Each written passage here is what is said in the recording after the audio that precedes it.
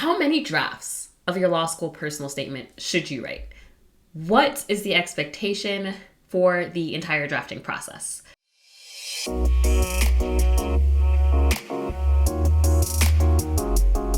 For those of you who are new and don't know me, my name is Sydney Montgomery. I'm the CEO of Montgomery Admissions Consulting, where we specialize in working with first-generation and minority law school applicants. We have a team of law school consultants here that include former assistant directors of admission and also former admissions officers from Harvard Law School. So I am really excited.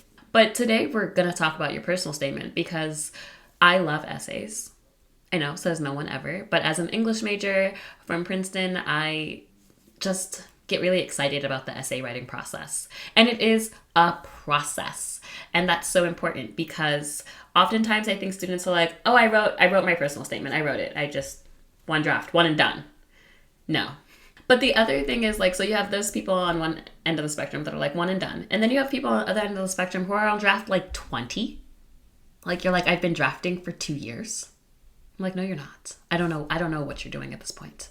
But that is not an efficient process. That is the process that leads you to burnout and bad writing, because bad writing comes from burnout.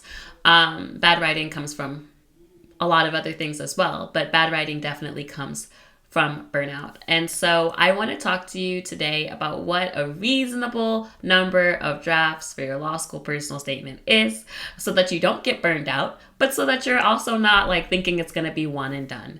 I want to talk to you a little bit about why it might take that number of drafts, but also how you can help yourself have an efficient writing process from the get-go. Because this is one of those processes where if you don't start correct, it's not going to end correct. I don't know how many of you had parents. My parents are very old school. I've just got real old school parents. My mom's Caribbean. My parents were in the military. Just real old school parents, right? And my mom was a big believer in doing it right the first time. And she says, if you don't do it right the first time, I'm going to make you do the whole thing over again so that you can do it right the first time. And that is a little analogy for the personal statement situation, because if you start wrong, you just might as well start from the beginning so that you can do it right, because it's really hard when you don't have some of those foundational elements at play. So generally speaking, and I have been doing this a long time, I've been doing law school admissions consulting for 7 years, I've been doing college counseling for 10 years, it takes about 3 to 7 drafts. Now 3 is really not very realistic for most people, but I would say it probably takes between 5 is a healthy number, drafts, 3 to 7 with 5 being in the middle, drafts to get your personal statement. Now that does not mean that each draft is a whole new essay, right? When we're getting to those 4 to 7 marks, it's okay, let's fix this paragraph, let's make the conclusion a little bit stronger. But you can expect to do a lot of major rewrites between draft 1 and draft 3. And this is really important because I know sometimes there's different places where people get stuck in the writing process. So some of you might get stuck in the writing process with the fact that you just don't know what to write. And you're just looking at a blank Word document or Google Doc and you're like, yeah, I don't know, I'm not sure.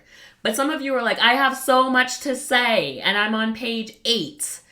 Please don't be on page 8. I cannot tell you the number of people who give me personal statements, by the way, that are in that 6 to 8 page range. And I'm no one is reading this.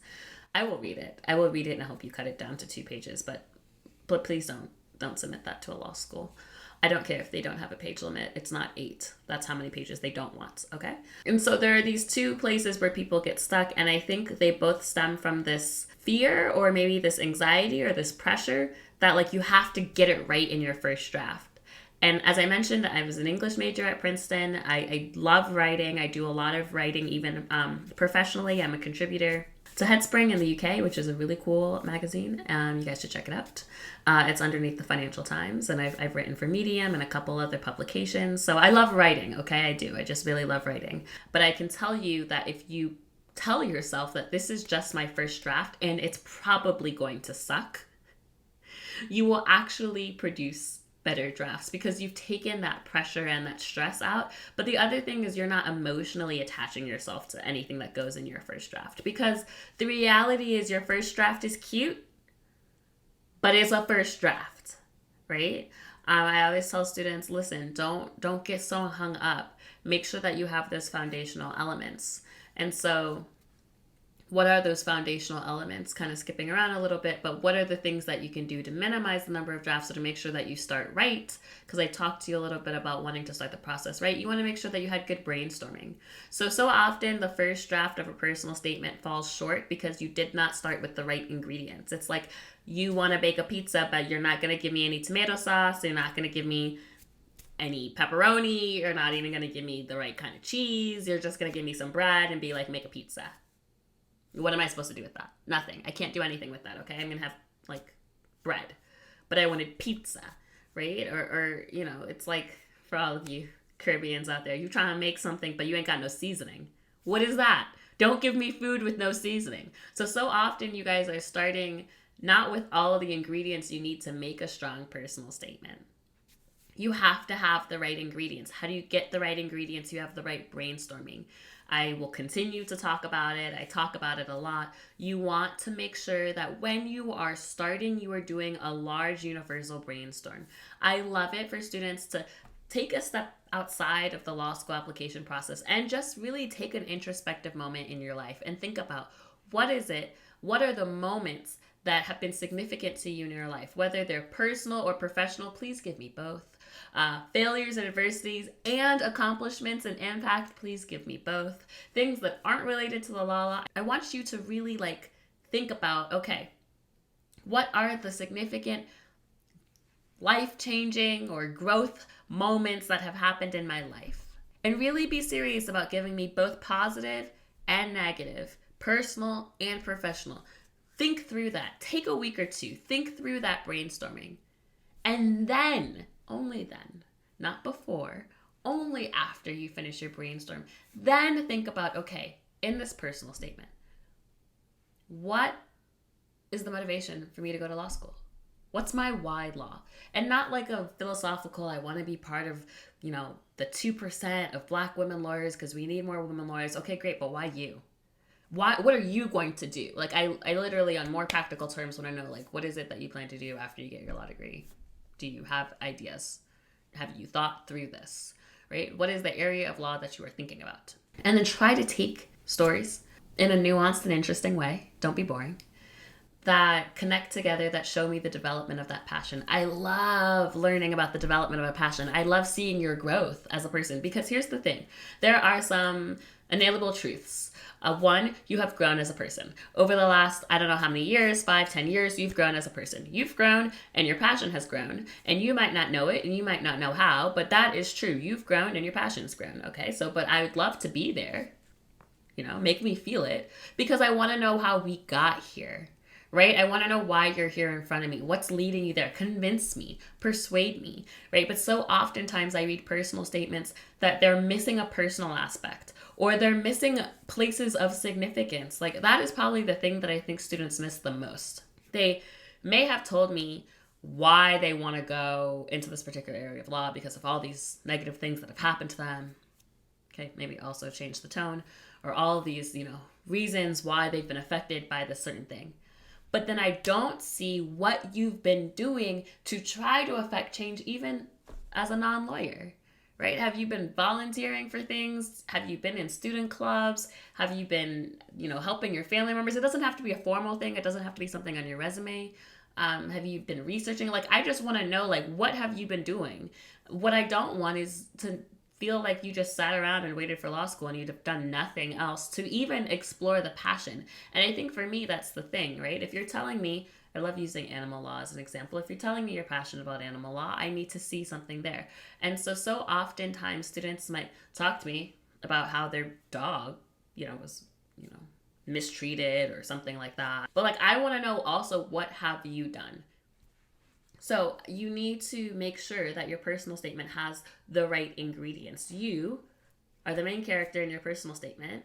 You are the main character in this movie that you are showing me through time of these different ideas. And I want to know how we got there. And so taking the time to brainstorm the right stories is how we end up with 5 to 7 drafts or 3 to 7 drafts and not 20 drafts. You get to 20 drafts when you actually have no idea what your brainstorming is and you think of an idea and you're like, I'm going to write my personal statement about that. Yeah. Yeah. And then you write it and you're like, dang, that didn't hit. All right, I'll write my personal statement about this. And every single time you start to draft, you're brainstorming new things, right? You're like, this is like the least efficient way to do this. Every single time you're like, oh, back to the drawing board. Well, what else can I write about? Okay, well, let me try to write about this. What is wrong with that path? Not only are you like doing so many different inefficient brainstorms, but because you're not doing a wide brainstorm, you're lacking the ability to get that, 30,000 foot view and to see how moments in your life have connected, right? Everything is about connection. But if you're so focused on, I'm going to write my personal statement about this, whoop, I'm going to write my personal statement about this, whoop, maybe your personal statement needs to be about both of these things or a couple of these things, right? Maybe you needed to bring them into conversation with one another, the different moments in your life. But you cannot get to that place of understanding how the different moments in your life fit together if you do not take the time to brainstorm properly and you do not take some introspective moments. Some of you are writing your personal statement. You have no idea why you want to go to law school. Like, real talk. You have no idea why you want to go to law school. You don't even know if you want to go to law school, but you're out here trying to write a personal statement. What? No, take time.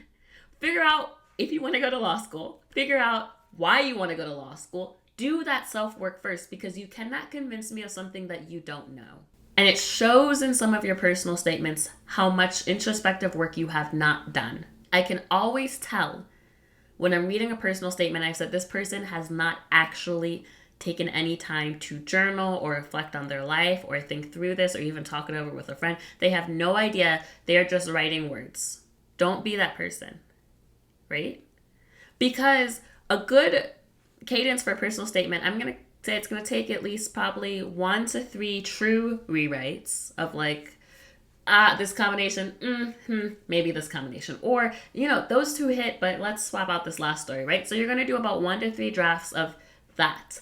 And then the other 2 to 4 drafts are not really full drafts, but I would call them refinements. It's the polishing. So I don't know how many of you get your nails done, but there's this process when you get gel nails or I've seen it with like dip powder as well and acrylics where you're painting your nails, right? You're getting it cured. It's, I get gel, so you're getting it cured and it's getting hardened.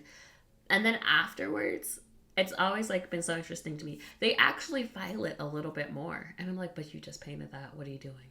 They file it a little bit more, they buff it out a little bit more, they add some more shine to it because, yeah, it looked okay when they had just put the nail polish on. It looked okay. I mean, I'm like an untrained eye. I'm like, okay, cool, my nails are done. But they know, they're like, no, we haven't hit that moment of clarity. We haven't, really gotten the imperfections out. We haven't buffed it out. We haven't hit the shine that it needs. And that is what those last half of your drafts are. That is when you're really looking at, hey, I think this sentence could be a little stronger. What is the narrative detail here? What is the word choice? The transition between that paragraph and that paragraph is really weak. How can we make that stronger?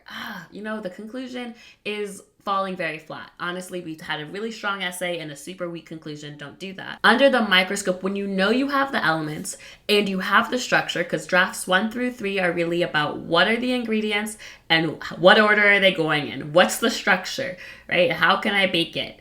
I make, whatever I need to, my pizza, right? But then the rest of the drafts are, okay, what are the garnishments and the seasoning and how can I make this the difference between Papa John's can make a pizza and pizza? Y'all know, like there's some pizza places that you're like, damn, that's a really good pizza. And like, that's a basic ass pizza. Don't be a basic ass personal statement. Be a really good personal statement. And that's those drafts, those latter drafts, 3 through 7 or 4 through 7, depending on your process and your iteration. That's the difference between a basic ass personal statement and a bomb ass personal statement. Like, be this one, right? Take that time. And that's sometimes where it involves another person. And that could be your boyfriend, your partner, your mom, your pre-law advisor. It could be a lot of people, right? But that's when you really want to make sure that you are taking that fine look at grammar. And if we're going to be real, some of you are not great at grammar. And that's okay. I was not always great at grammar. It's a continual learning thing. I had a lot of insecurity about it. I was an English major, but I didn't have like the strongest grammatical hold, I guess, confidence going into Princeton. And I bought many books, Eat Sheets and Leaves, a Malay handbook, like a Writer's Almanac. I bought them all, right? Because I was like, you know what? Grammar can be learned. I'm going to learn it. But some of you, this is not your cup of tea. Get someone who's good at grammar, right? Writing style is so important. Last week, we were talking with Monique Atkinson, who just joined our team as an associate law school consultant. She spent the last 3 years at Harvard Law School as an admissions officer, right? And the writing style and the writing quality is important and often overlooked. Make sure that you don't have spelling mistakes. Great. Make sure that you're using active voice instead of passive voice. If you don't know what that means, find someone who does so they can help you. Make sure that you're using semicolons where you're supposed to be using semicolons and you're not using commas instead, or you're not having run-on sentences. Make sure that you know whether or not the punctuation goes inside or outside of the quotation marks. Make sure that you are using the right tense of words and that you're using the right preposition. I mean, I'm really in the weeds here, and some of you are like, I cannot be bothered with this. But I'm telling you, it's not because they're grammar, Nazis in the admissions office, and they're like, wrong preposition use, denied. No one is doing that. No one is doing that. But we're human, and there's humans on the other side of the admissions. And as Monique was talking about last week, and it's very true, sometimes these grammatical mistakes or transitions that fall flat or conclusions that just don't hit, they're distracting. And sometimes they might not even be conscious of it. They're just like, I don't know, I didn't really like it. But what they didn't really like is the fact that your sentences have no flow. They're choppy.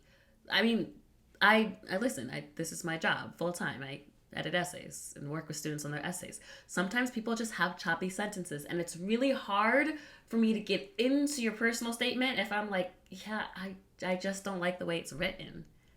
The content could be great, but if it's written in a way that I am now thinking about how much I don't like the way that you write, even if I am not even conscious of what it is I don't like about your writing, or if I'm distracted by the fact that I've now read my 5th sentence that should have been a period, and you just keep using commas. Why is that a thought that I need to have when I'm reading your law school personal statement? It's not. It is not. The only thoughts you want me to be having are like, wow, she's really passionate and knows why she wants to go to law school. Not, wow, no one taught her that, the comma goes inside the quotation mark. Like, this is the 5th quote. No one taught her this. She doesn't know. These are distracting thoughts. And when they're reading thousands upon thousands of applications and they're spending about 15 to 20 minutes, if even 2 minutes are spent talking about or thinking about how your writing could have been elevated, you don't want that. You don't want that. So you want to reserve a couple of drafts to really make sure. I mean, I go through every word to really make sure this beautiful, right? Like, that's what you want. Like, this is a masterpiece, the best pizza. That's what you want for your personal statement. But not just your personal statement, right? Your diversity statement, any addenda. And so that kind of brings me to one of my last points, is just timeline and preparation. We usually say here that it takes about 3 months to get all of your application materials looking beautiful. And some people, they look at me like I'm crazy every single time I say that. They're like, no, it takes me 3 weeks. 2 weeks. I don't understand why it would take me 3 months. That's insane. Well, listen, you do you. Many of you are working. Many of you are studying for the LSAT. And I just told you it's going to take about 3 to 7 drafts for your personal statement. Spoiler alert. It's going to take about 3 to 7 drafts for your diversity statement. Okay. It's probably going to take 1 to 2 drafts for your addenda. I mean, addenda isn't addenda. Maybe 3 drafts, but really, not that much. Some of you will have supplemental essays, YS essays, or those additional prompts. Those will probably take 1 to 4 drafts. And now things start to add up, because let's just take 5. Let's say it takes 5 drafts for your personal statement, 5 drafts for your diversity statement, 2 drafts for your resume. Maybe your resume is in pretty good shape. Some of your resumes need to be started over from scratch, but let's just say 2. Okay, so 12 drafts so far. Let's call it 2 drafts for your addenda, 13, 14. Let's call it 2 drafts for a supplemental essay, 15, 16. Okay, so if you turn in and you work on one draft every week, we are already at 16 weeks. That is more than 3 months, y'all. So you probably will need to be working on more than one thing at the same time at some point, which is fine, right? Because if you're at the tail end of your personal statement, then maybe that's only maybe you're only tweaking 4 or 5 sentences. So that's fine. And then you can do a whole draft of your diversity statement, but you can see how it starts to add up week-wise because you can see how many drafts of things you might need to be writing. When we work with students in our law school application boot camps, they're working on multiple drafts at the same time. But even then, that's a 12-week timeline, and it's aggressive. It's fun, but we tell students in boot camp it's about 3 to 4 hours of work per week. And if we're going to be honest with you, most of you are not spending 3 to 4 hours on your essay per week. You're just not spending 3 to 4 hours writing essays per week. So if with guidance, we're working on everything, not just your personal statement, but your diversity statement, your resume, your addenda. We're working on everything in boot camps, and it's still taking 12 weeks because you're working 3 to 4 hours a week, and you have private sessions, and you have those group sessions, right? So, you're on your own without guidance. You can see how this process could easily take you 3 months, 4 months. Especially some of you don't have a plan. So you need to have a plan. That's why I'm such a big stickler for getting on a schedule. Make a schedule for yourself. Okay, personal statement draft 1, draft 2, draft 3. Hey, maybe you don't need all 5 drafts. Congratulations to you. But I would rather you plan for those, 3 to 7 drafts or 5 to 7 drafts. I'd rather you plan for that and then end up with extra time. Who's upset about extra time? I never have extra time in my whole life. I never have extra time. I don't know what that means. But if I got some extra time, I would be thrilled. It's nap time, right? That's what it is. No one is upset about extra time. Everyone is upset about not having enough time. So when you make a plan, proper planning means over preparing, right? Giving yourself more space than you think that you might even need. But I want you to get a calendar out and think about, when am I going to do this draft? When am I going to do that draft? And be realistic and honest with yourself. Don't be like, this week I'm going to do a draft of my personal statement and my diversity statement and my addenda and my resume. Because you're not going to do it. I mean, listen, you might. Prove me wrong. Prove me wrong. Put me in the comments. Prove me wrong. But you might not. I mean, the week, it just goes quickly. And then all of a sudden it's Friday again. And you're like, wow, I really don't know how that happened. Give yourself a plan that doesn't feel aggressive to you. We're in June. It's June 10th. A lot of you are trying to apply by September and October. Now is a really great time to make a plan and stick to it. And if you need help with a plan, we're here to help you. Whether that's private consulting or the small group boot camps. So, if you need help with a plan, we are here to help you with that plan. But you need to make a plan realistically factoring in how many drafts you think it's going to take you. And make them good drafts. Like we talked about at the beginning, start with good brainstorming, with good foundations. Get the right ingredients, and you will be able to stay within that reasonable draft number. If you don't have the right ingredients, I don't know, you're going to be on a different journey, and you're probably going to have to circle back and get the right ingredients anyways. But no one has time to write 20 drafts of anything. No one. That is how you end up applying in March. And if you're listening to this right now and you're applying to law school this cycle, there's really no reason that you're applying in March. You should be applying this fall. All of you have enough time to submit fantastic applications this fall if you plan properly. So hopefully that was helpful. Let me know in the comments if you have questions. I am going to check to see if we have questions. You can always submit questions at bit.ly/breakintolawschool. We do also have a freebie, planning and perfecting your law school personal statements. So if you just want some free information, you know that I love the free. You can go right on our website and you can grab that. Otherwise, I'll talk to you guys very soon.